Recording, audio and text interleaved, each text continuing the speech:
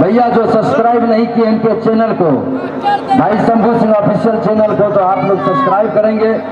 और आपका सेवा अभी छोटा मोटा सेवा है भैया, और जब दुलार आशीर्वाद दीजिएगा तुम्हें तो दिल बोले छो देख रहो और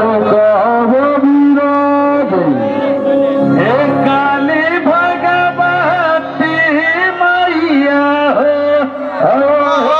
भगवती मैया हो कहमा बिना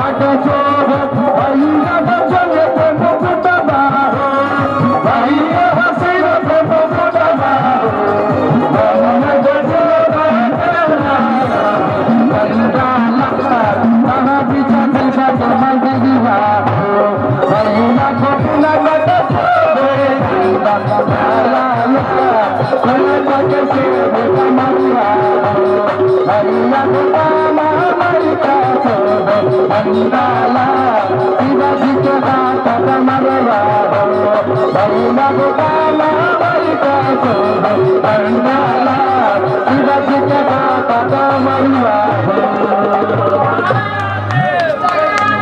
प्रेम से बोलिए काली माता की।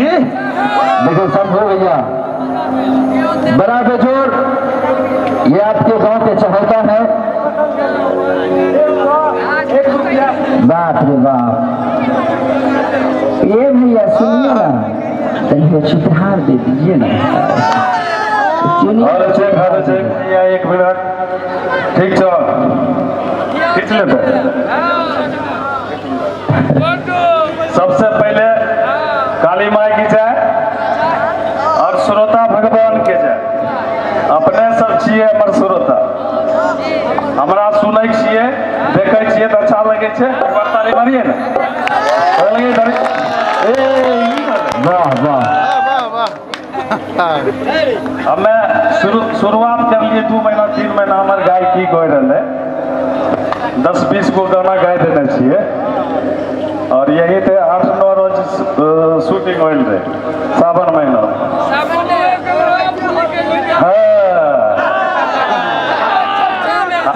हमार चैनल की नाम छे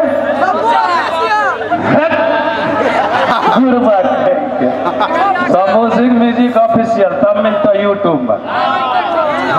आज डालबे न, सबके डालबे, सब देखिए एकदम। ताइला श्रोता भगवान के प्रणाम करे छिए, आशीर्वाद दियो मन से, आगे बढ़िए, रात दुनी रात चौगुनी होते रहते।